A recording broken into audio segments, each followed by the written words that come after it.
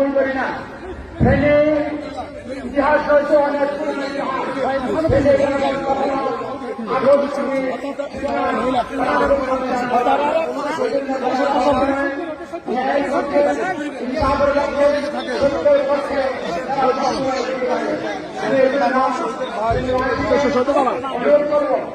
আগামী দিনে বাংলাদেশ করার জন্য অভ্যুত্থানের মাধ্যমে যারা নতুন বাংলাদেশ করার সুযোগ পেয়েছি সেই আমাদের সুন্দর কাজে লাগিয়ে আগামী ভারতীয় নির্বাচনে আমাদের যে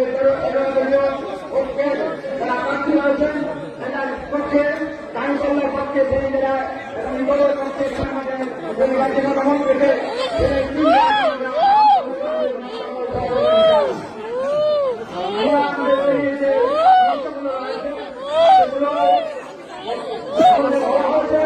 এই সমস্যাগুলো আমাদের পূরণ করার জন্য নির্বাচন দাবি থাকবেন।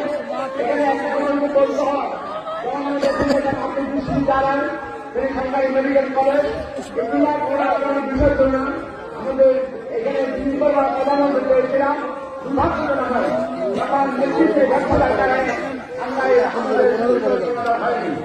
যারা আজকে আমার নতুন করে ওয়াদা দিচ্ছেন তারা পূরণ করবেন, তারা অতি করছিলেন পূরণ করেন নাই বর্তমান তাদের উপরে অভিযোগ রাখতে পারবেন। আমরা আমাদের সমস্যা রয়েছে এখানে 22,000 ছাত্রছাত্রীর জন্য এক খবর নেই ভবনের কাজ করতে পারবেন না। এখানে যতগুলো শিক্ষক শিক্ষক নেই ভবন নেই শিক্ষকদের সামাজিক কর্মচারী নেই। এইগুলো হচ্ছে আমাদের স্বতন্ত্র সমস্যা। এই জন্য আমরা মনে করি এই সমস্যার আগে সরকার প্রদান করবেন প্রাণ কাটিয়ে আমরা আমাদের স্কুলগুলোতে এখানে ভোট আসবেন। এরপরে আমাদের